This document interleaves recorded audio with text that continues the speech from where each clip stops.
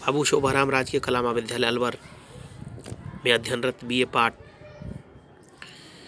First एवं MA प्रवेश के विद्यार्थियों का इस ऑनलाइन क्लास में मैं डॉक्टर सत्यदेव स्वागत करता हूं। जो टॉपिक आज हम डिस्कस करने जा रहे हैं वो बीए पार्ट फर्स्ट का जो फर्स्ट पेपर है भौतिक भूगोल फिजिकल ज्योग्राफी, उसका एक इम्पोर्टेंट टॉपिक है। इसी प्रकार से जो एमए प्रवेश के विद्यार्थी हैं उनके लिए भी यह एक इम्पोर्टेंट टॉपिक है। आज का जो टॉपिक है वह है भौगोलिक अपर्दन चक्र, जिसके बारे में डेविस और पेंग के विचारों की तुलनात्मक व्याख्या की गई है। प्रश्न जो पूछने का तरीका है वो लिखिए, भौगोलिक चक्र या अपर्दन चक्र क्या है? डेविस एवं पेंग के विचारों की तुलनात्मक समीक्षा कीजिए।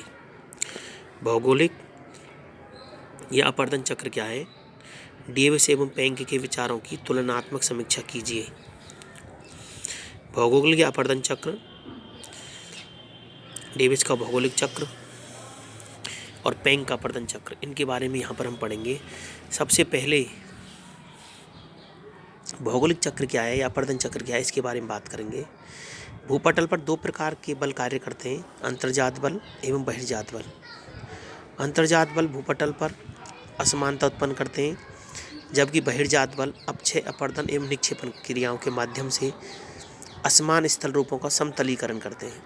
इस प्रकार उस समय तथा विभिन्न अवस्थाओं के सम्मिलित रूप को जिसमें होकर एक ऊंचा उठा भूभाग अपक्षय एवं अपर्दन द्वारा समतल रूप में परिवर्तित हो जाता है, अपर्दन चक्र भौगोलिक चक्र कहलाता है।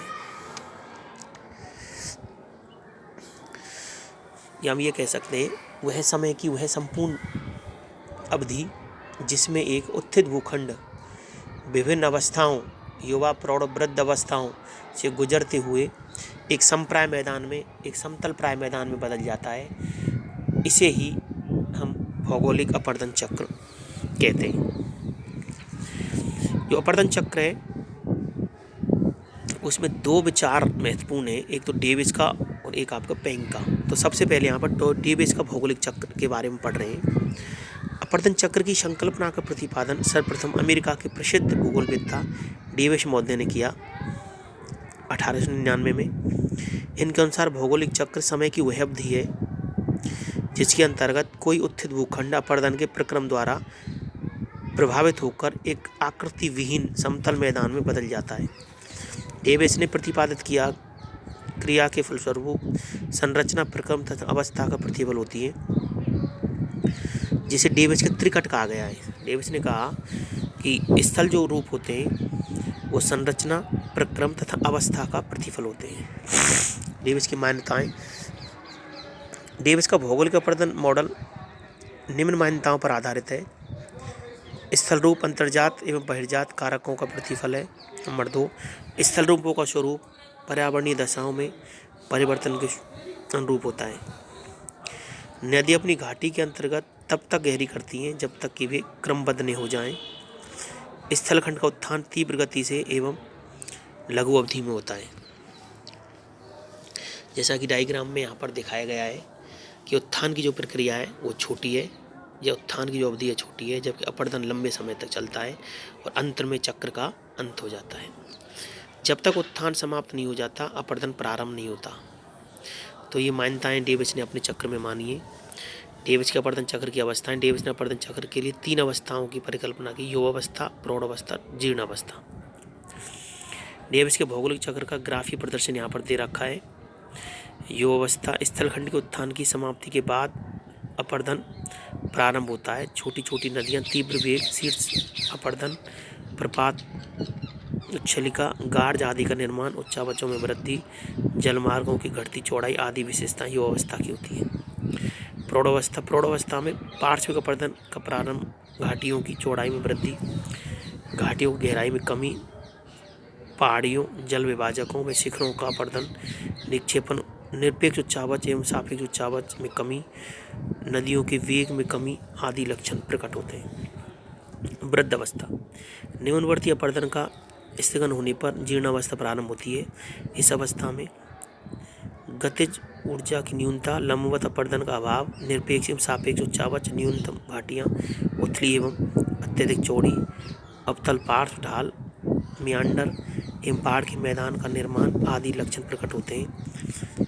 अपरदन चक्र की अंतिम अवस्था में निर्मित समतल मैदानों को डेविस ने पेनीप्लेन कहा तथा उस अवस्थित पहाड़ियों को मोनोडोनोक कहा। अब देखिए, डेविस ने अपने अपरदन चक्र में जो अंत में जब कोई भूभाग तीनों अवस्थाओं युवा, प्रौढ़ और वृद्ध अवस्था से गुजरती हुए लास्ट में जो आकृतिहीन हो जाता है, उसको उसने पेनीप्लेन कहा, संप्राय मैदान कहा। अब इस संप्राय मैदान में कुछ टीले नुमा या पहाड़ियाँ ऊपर उठे हुए रह जाते हैं, इसको उन्हें मोनोडोनोक कहा। जो अपशिष्ट पहाड़ियाँ हैं उनको मोनोडोनोक कहा। डेविस का प्रभावी पक्ष देखिए। डेविस का मॉडल अत्यधिक सरल, व्यवहारिक, सशक्त एवं रोचक शैली में प्रस्तुत माना गया है।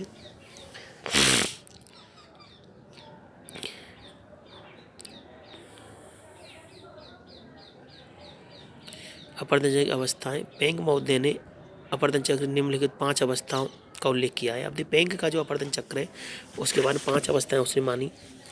पहली अवस्था में घाटी के गहरे होने की अपेक्षा उत्थान अधिक, दूसरी अवस्था में घाटियाँ शीघ्रता से चौड़ी होती हैं एवं लंबवत अपरदन कम होता है, तीसरी अवस्था में उत्थान के साथ गहराई भी तीव्रता से बढ़ती है, चौथी अवस्था में उत्थान की क्रिया शिथिल एवं घटती घाटी के गहरा होना जारी रहता है, और पांचवी अवस्था में उत्थान के साथ साथ घाटी का गहरा होना मंद पड़ जाता है। इस प्रकार निर्मित समतल मैदान को पेंक ने इंड्रम की संज्ञा दी। अब देखिए, वहाँ पर जो पेनीप्लेन और मोनोडोनोक कहा है, उसी प्रकार से पेंक ने अपने चक्र में लास्ट में उसने इंड्रम की संज्ञा दी है, समतल मैदान को इंड्रम। और शुरुआत जो होती है उसको प्राइमरम्प कहा है, ध्यान रखना। पेंक ने शुरुआत को प्राइमरम्प कहा है और लास्ट को इंड्रम कहा है। अब दोनों के मतों की तुलना, डेविस एवं पेंक के मतों की तुलना यहाँ पर हम पढ़ रहे हैं। डेविस एवं पेंक के मतों की तुलना। नंबर 1, डेविस के अनुसार पहले उत्थान समाप्त हो जाता है और बाद में अपरदन प्रारंभ होता है, दोनों साथ साथ नहीं चलते। जबकि पेंग के अनुसार दोनों साथ साथ चलते हैं। कुछ समय पश्चात उत्थान रुक जाता है और तथा अंत तक अपरदन चलता रहता है।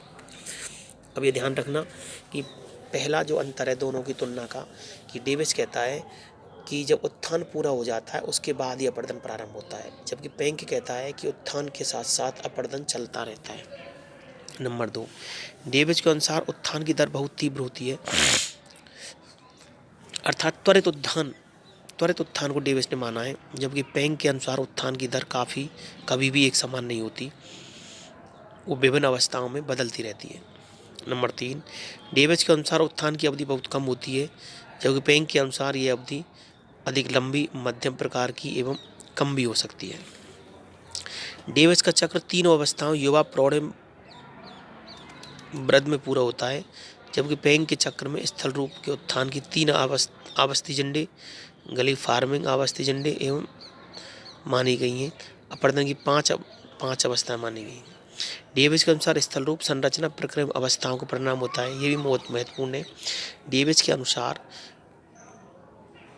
स्थल रूप संरचना प्रक्रम अवस्थाओं का प्रतिफल होता है, जबकि पेंक के अनुसार स्थल रूप उत्थान की दर एवं निम्नीकरण की दर के संबंध का प्रतिफल होता है।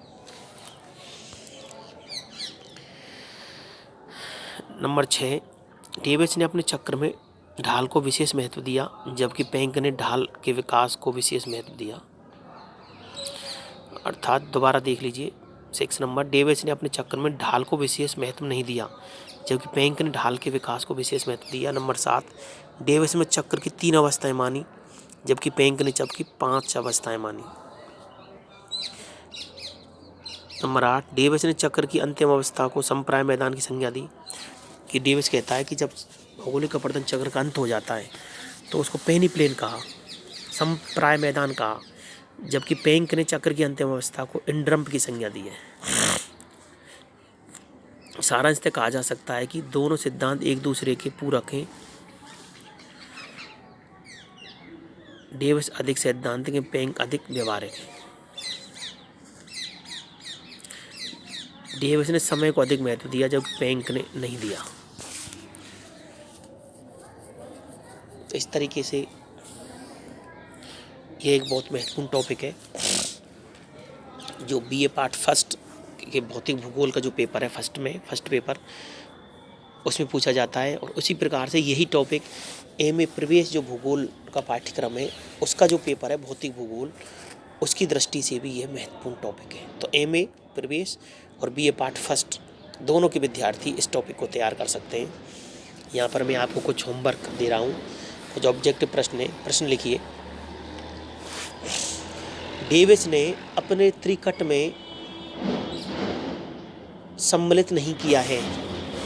डेविस ने अपने त्रिकट में सम्मिलित नहीं किया है। ऑप्शन ए संरचना, ऑप्शन बी प्रक्रम, ऑप्शन सी अवस्था और ऑप्शन डी निम्नीकरण की दर।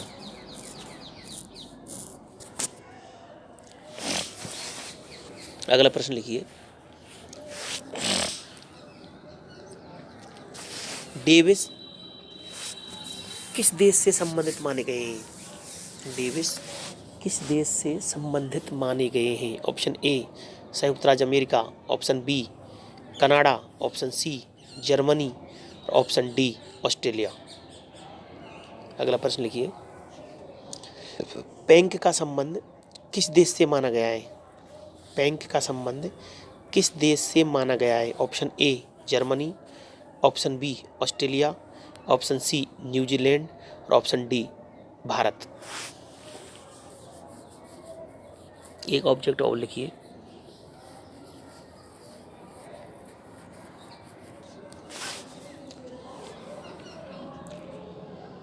अपर्दन चक्र की अंतिम अवस्था में जब क्षेत्र आकृति विहीन हो जाता है तो उसे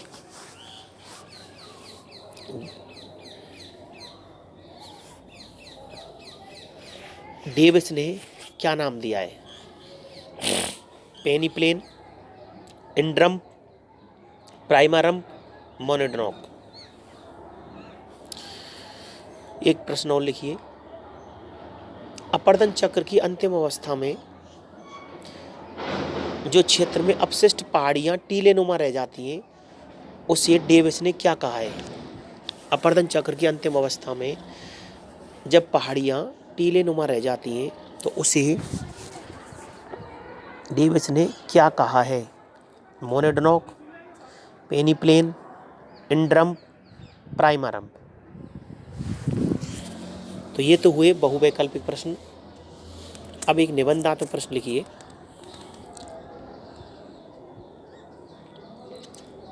जो आपकी परीक्षा की दृष्टि से महत्वपूर्ण है। भौगोलिक अपर्दन चक्र क्या है? भौगोलिक अपर्दन चक्र क्या है? डेविस एवं प्लैंक के विचारों की तुलनात्मक विवेचना कीजिए। भौगोलिक अपर्दन चक्र क्या है? डेविस एवं प्लैंक के विचारों की तुलनात्मक विवेचना कीजिए। तो इस प्रकार से ये जो मैंने आपको होमवर्क दिया है इसको आप एक रजिस्टर में तैयार करें, लिखें, प्रैक्टिस करें और जब ऑफलाइन क्लासें कॉलेज में नियमित रूप से प्रारंभ हो तो मुझे आप दिखा सकते हैं। आज की क्लास में बस इतना ही। अगली क्लास में हम एक नए टॉपिक के साथ फिर उपस्थित होंगे। Thank you so much.